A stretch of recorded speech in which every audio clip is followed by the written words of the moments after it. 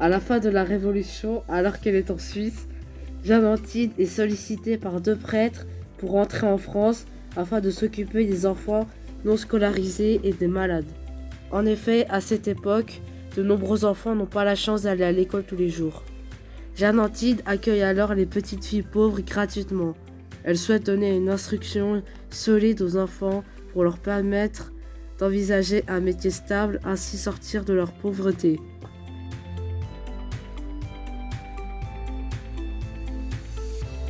Ces écoles sont appelées écoles de la charité.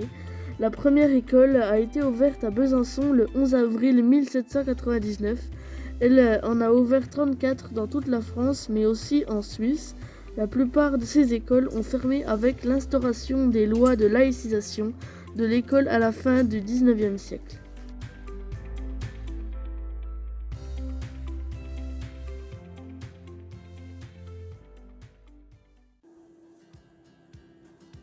Aujourd'hui, des écoles portent le nom de Jeanne Antide. Dans le Doubs, le collège Sainte-Jeanne-Antide à Sancey, l'école et le collège Sainte-Jeanne-Antide à l'Imbergement-Sainte-Marie, l'école Sainte-Jeanne-Antide à Mèche, qui a fusionné avec le collège Saint-Joseph.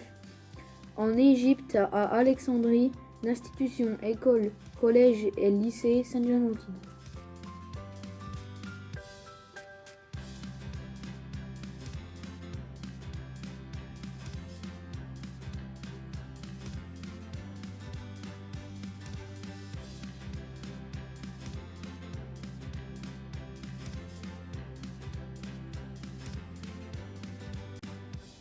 La classe commence à 7h45 en hiver et à 7h15 en été et se termine plus tôt en hiver afin que les enfants qui habitent loin puissent arriver facilement chez eux. On tient compte aussi des circonstances locales, les jours fériés particuliers, des travaux des champs ou les localités où les enfants n'ont guère la possibilité de fréquenter les classes qu'en temps d'hiver. Chaque classe a un emploi du temps qui détermine le nombre de leçons, leur durée, leur temps de travail personnel et le temps collectif. Il est aménagé en fonction de leur âge, du nombre d'élèves et des circonstances. Les classes de Jeanne Antide n'ont pas d'école le dimanche, les fêtes chômées, les jeudis et travaillent 1 mois ou 6 semaines dans la belle saison.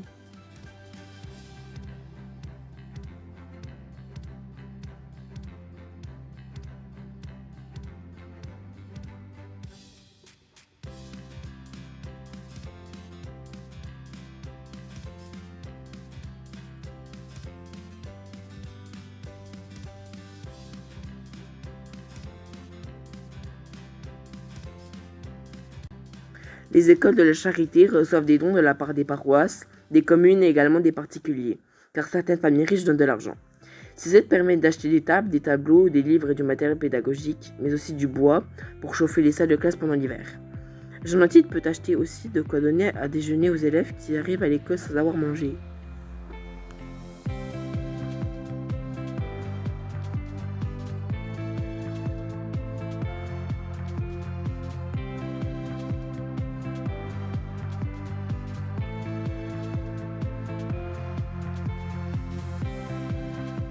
La sœur maîtresse tient un registre avec le nom, prénom, adresse des élèves. Cela peut vérifier l'assiduité des élèves. En classe, elle doit se tenir convenablement en écrivant car une position trop penchée les fatigue et peut être mauvais pour leur croissance. À l'arrivée à l'école, elles font la prière du matin.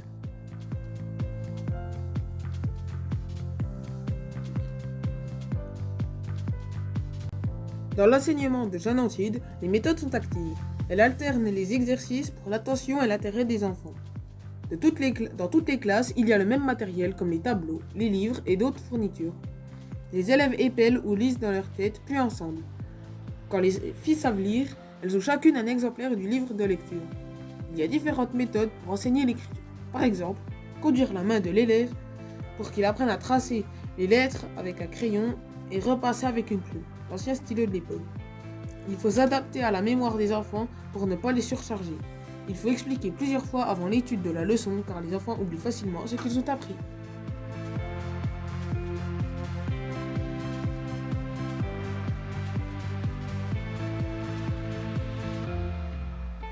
Pour Jeanne Antide, certaines valeurs étaient très importantes et elle a souhaité les faire appliquer dans ses écoles. Il y a tout d'abord le respect de soi, être propre, avoir une tenue soignée, mais aussi le respect des élèves. Les enseignants doivent ne doivent pas s'énerver ni avoir recours à un châtiment corporel. Elles doivent considérer et traiter tous les élèves de la même manière. Elles peuvent les punir si c'est nécessaire, mais doivent aussi savoir récompenser pour encourager. Jeanne Antide défendait l'égalité homme-femme en ouvrant des écoles pour permettre aux jeunes filles d'être instruites, la solidarité puisque les écoles étaient destinées aux familles pauvres et à la fraternité avec le souci de préserver le lien entre tous. Les écoles éduquaient aussi à la religion, prière dans les classes, catéchisme et éducation chrétienne.